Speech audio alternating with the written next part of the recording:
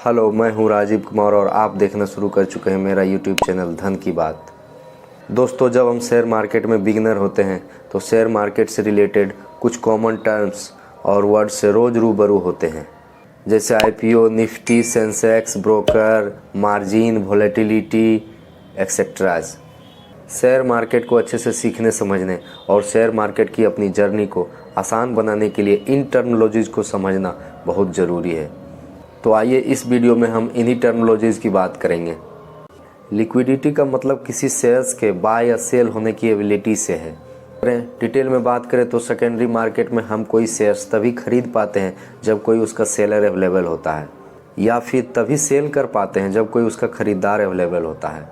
पर ऐसा कई बार होता है कि कोई बायर या सेलर अवेलेबल नहीं होता है। ऐसे में शेयर्स को बाय या सेल करना काफ़ी मुश्किल होता है। इन शॉर्ट में कहें तो जिस शेयर्स को आसानी से ख़रीदा या बेचा जा सकता है उसकी लिक्विडिटी अधिक मानी जाती है, और जिस शेयर्स को ख़रीदने और बेचने में कठिनाई होती है उसकी लिक्विडिटी कम माना जाती है। डिविडेंड, लाभांश। दोस्तों, यदि किसी कंपनी को प्रॉफिट होता है तो कंपनियां आमतौर पर उस प्रॉफिट के पैसे से दो काम करती है। पहला, कंपनी खुद में पैसे लगाकर कंपनी को एक्सपेंड कर सकती है या किसी नए बिजनेस में पैसा लगा सकती है, और दूसरा, प्रॉफिट को अपने शेयरधारकों के बीच डिवाइड कर सकती है। इस दूसरे तरीके यानी प्रॉफिट को अपने शेयरधारकों के बीच डिवाइड करने को ही डिविडेंड कहते हैं। आइए इसे एक उदाहरण से समझते हैं। माना एक्स नाम की कंपनी को प्रॉफिट होता है, तब कंपनी डिसाइड करती है कि वो अपने शेयरधारकों को प्रति शेयर 5 रुपये का डिविडेंड देगी। यदि आपके पास उस एक्स नाम की कंपनी के 1000 शेयर है तो कंपनी आपको 1000 गुना 5 यानी कि 5000 रुपये डिविडेंड के रूप में देगी। मार्केट ऑर्डर और लिमिट ऑर्डर। दोस्तों, जब हम किसी ब्रोकर के प्लेटफॉर्म पे कोई स्टॉक बाय सेल करते हैं तो वहाँ हमें कई तरह के ऑप्शन देखने को मिलते हैं। जैसा कि नाम से ही क्लियर है, मार्केट ऑर्डर में हम कोई स्टॉक उस प्राइस पर बाय या सेल करते हैं जो प्राइस उस समय मार्केट में चल रहा होता है। वहीं लिमिट ऑर्डर में हमें यह सुविधा मिलती है कि एक फिक्स स्पेसिफिक प्राइस पे अगर शेयर्स का भाव आता है तभी हम खरीदारी करेंगे। माना किसी स्टॉक का प्राइस अभी 100 रुपये चल रहा है और आप चाहते हैं कि वह शेयर आप 95 रुपये के भाव पे खरीदें, तो आप 95 रुपये का लिमिट ऑर्डर लगाते हैं। अब अगर उस शेयर का भाव गिरकर 95 रुपये पे आता है तो आपका ऑर्डर अपने आप एग्जीक्यूट हो जाएगा। वोलेटिलिटी। शेयर बाज़ार में यह बात हम सब ने नोटिस किया ही होगा कि मार्केट आवर में किसी स्टॉक का भाव ऊपर नीचे होता ही रहता है। इसी उतार चढ़ाव या चेंजेस को वोलेटिलिटी कहते हैं। यदि किसी स्टॉक के प्राइस में तेज़ी से उतार चढ़ाव होता है तो इसे हम अधिक वोलेटाइल शेयर कहते हैं। ठीक इसके विपरीत यदि शेयर्स के भाव में धीरे धीरे उतार चढ़ाव होता है तो इसे हम कम वोलेटाइल शेयर कहते हैं। वोलेटिलिटी का कम या अधिक होना कई फैक्टर्स पर निर्भर करता है, जैसे डिमांड और सप्लाई, स्टॉक की लिक्विडिटी और मार्केट करेक्शन। दोस्तों, यहाँ पे एक टर्म आया है करेक्शन। अब हम थोड़ा करेक्शन को समझ लेते हैं।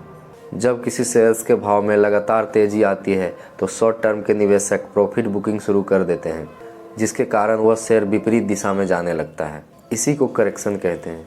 ठीक इसी तरह जब सप्लाई अधिक होने के कारण किसी शेयर्स के भाव में लगातार गिरावट होने लगता है तो डिमांड आने की वजह से स्टॉक कुछ समय के लिए विपरीत दिशा यानी कि ऊपर जाने लगती है। इसी को करेक्शन कहते हैं। मार्केट कैपिटलाइजेशन या मार्केट कैप। मार्केट कैप किसी कंपनी के शेयर्स की कुल वैल्यू को बताता है। मार्केट कैप कैलकुलेट करने के लिए हम उस कंपनी के शेयर्स के करंट प्राइस को उस कंपनी द्वारा पब्लिक को इशू किए गए कुल शेयर यानी कि आउटस्टैंडिंग शेयर से मल्टीप्लाई करते हैं। जैसे कि माना ए नाम की कंपनी के करंट शेयर प्राइस 100 रुपये है और उस कंपनी के आउटस्टैंडिंग शेयर्स की संख्या 500 है, तो उस कंपनी का मार्केट कैपिटल 50,000 रुपये हो जाएगा।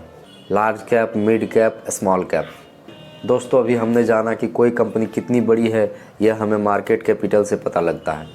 मार्केट कैप के बेस पे शेयर मार्केट में लिस्टेड कंपनियों को 3 पार्ट में डिवाइड किया गया है, लार्ज कैप, मिड कैप और स्मॉल कैप। अब बात करते हैं कि लार्ज कैप कंपनियां क्या होती है।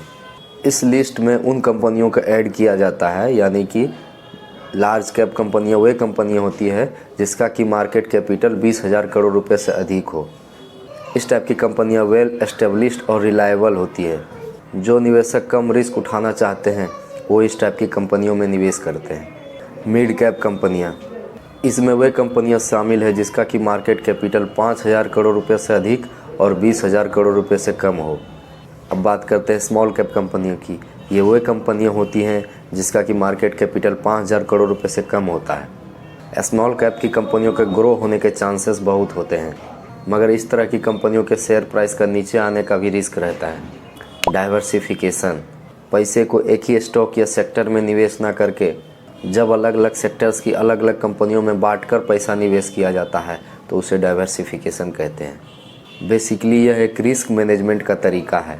अलग अलग सेक्टर्स में पैसे निवेश करने का उद्देश्य यह होता है कि यदि किसी सेक्टर का परफॉर्मेंस ख़राब रहा तो बाकी सेक्टर्स के रिटर्न उसको कवर कर लेते हैं, क्योंकि ऐसा देखा गया है कि मंदी एक साथ सभी सेक्टर्स में नहीं आती है।